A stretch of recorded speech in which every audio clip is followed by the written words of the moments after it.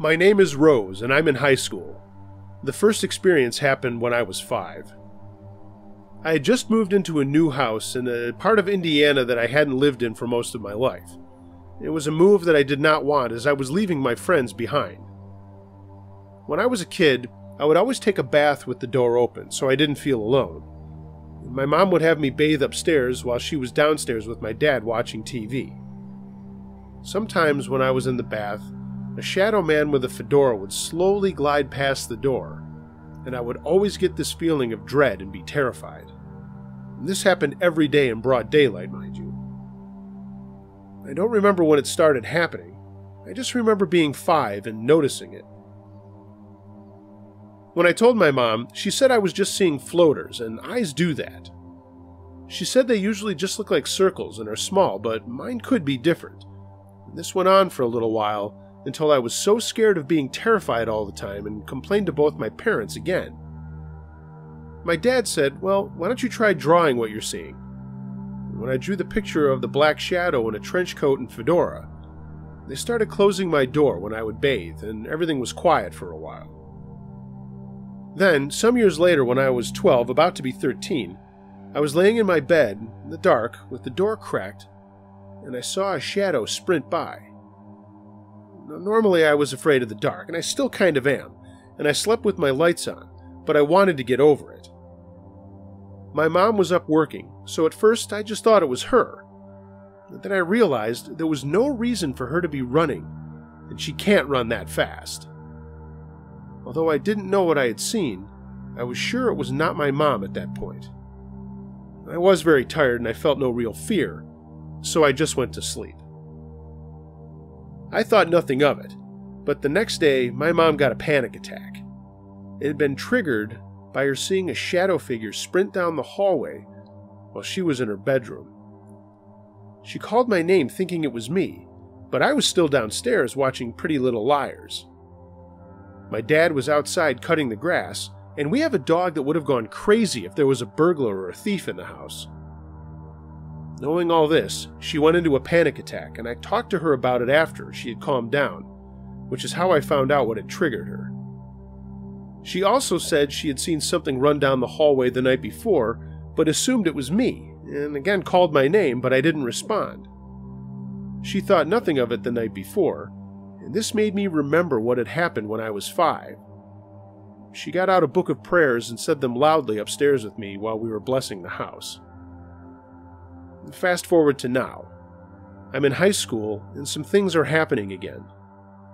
Neither my mom nor I have seen any shadow figures again, but I heard a muffled scream while sitting in my parents' room the other day, and my mom heard a muffled cry coming from the same place, their closet, a day or 2 later.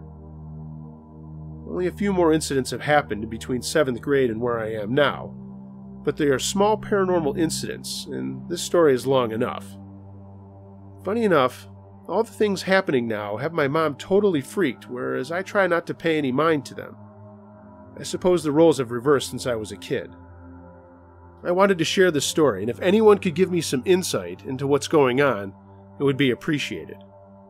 My mom feels as they are demons, and I think they're nothing more than a residential haunting. I would love to hear what you guys think.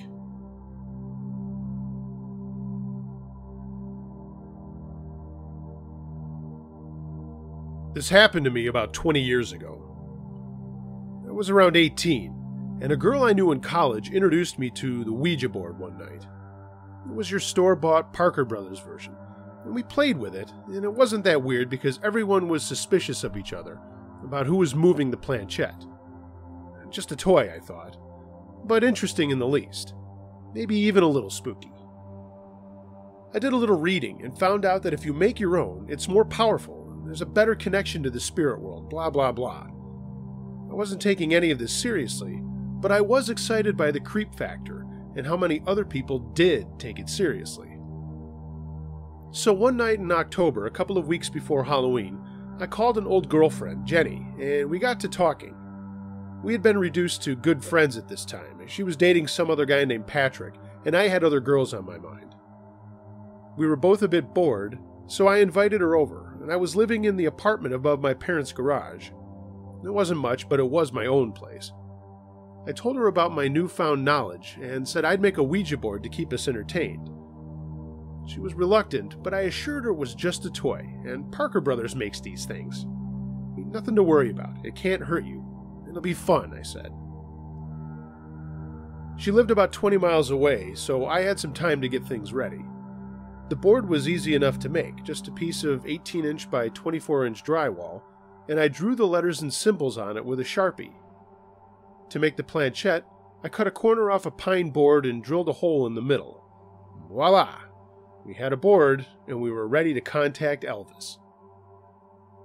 A couple of things I told her that I read about these things, from the box in the store or a movie, I don't know. But I said, don't take your hands off the board once you've started. If you do, you could open a door. And don't stop the session without saying goodbye. If you do, again, you could open a door. And finally, spirits lie. Can't spell, don't use it alone, and don't burn it near your house. Now, on to the fun stuff. We sat down across from each other with this thing on our knees. I don't remember the name of the first spirit we got from the afterlife, but we asked it the usual questions. Are you dead? It answered yes. Can you see us? Yes. I just tossed a thesaurus over my shoulder. It landed open. What page is it open to? 1, 3, 4 were spelled out. I got up and checked the book. The Ouija spirit was correct. Where are you? I asked. H-E-L-L. Oh, really? Is there anyone else there we know? Yes. Who is there that we know? U-N-C-L-E.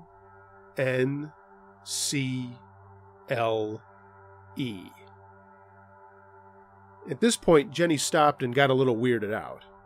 Turns out she had an uncle who committed suicide, and I found that out that night. One of those family secrets. We put the board down and I reassured her that, hey, it's just a toy, and it's our subconscious minds moving this thing around. So we took a break and smoked a cig or two, and then we decided to try again. This time we got some other spirit, also in hell, and I asked, is there anyone there I know? Yes. Who is it? D-A-R-R-E-N.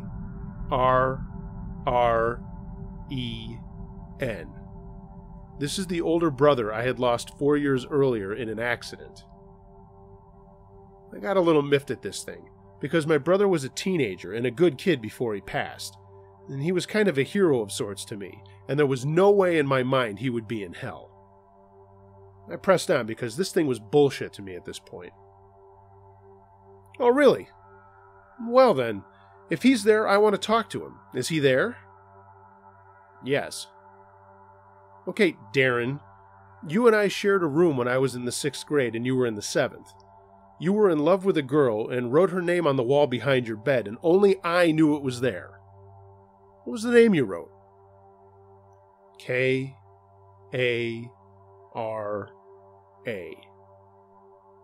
I dropped the board. Nobody but me and Darren knew that, and he never dated her, so it wasn't public knowledge. She was kind of his dream girl, and he passed on before anything ever developed. Jenny was a little concerned at this point, and once again I tell her that it's just a stupid toy, and my subconscious mind is playing tricks on us. So we took another break, had another cigarette or two, and decided to give it another shot. We get the third spirit. Who are you? S-A-T-A. Oh shit, I panicked and dropped the board. Santa Claus doesn't spell his name that way, kids. Okay, break time. Jenny is really rattled at this point and says, I don't want to play with this toy anymore. So I agreed, and we decided to say goodbye to the spirits or whatever and be done with it. We decide that this is going to be the last communication no matter who we get. So I say, who are you? S-A-T-A, and I'm cringing at this point, R. Satter? Well, Satter, we've got to go now, so goodbye. No. No, we need to go. Goodbye. No. Y-O-U-R.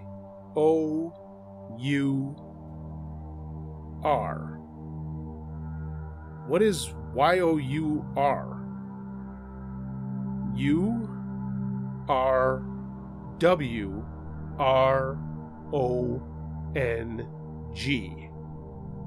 Who is wrong? J-E-N-N-Y.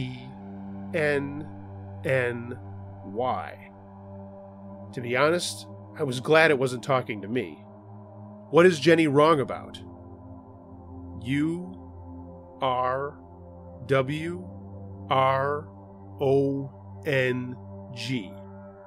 Now we're irritated and creeped out and practically shouting at this thing. What is she wrong about?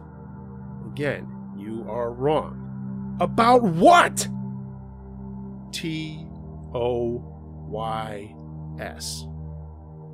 It took a split second for that to grab me, and then it did. You know that rush of adrenaline you get when you have a close call? The way it rushes up your spine like a wave and it hits you in the back? This felt like a tidal wave to me. I mean, I freaked out. The board went flying. I grabbed Jenny by the arm, and it took me about 3 steps to get out the door that was 15 feet away. We dashed down the stairs and into the house 50 feet away, and she was crying at this point, and I was rattled. I felt like the devil himself was standing behind me. We spent at least an hour in the house trying to calm down and trying to figure out what to do.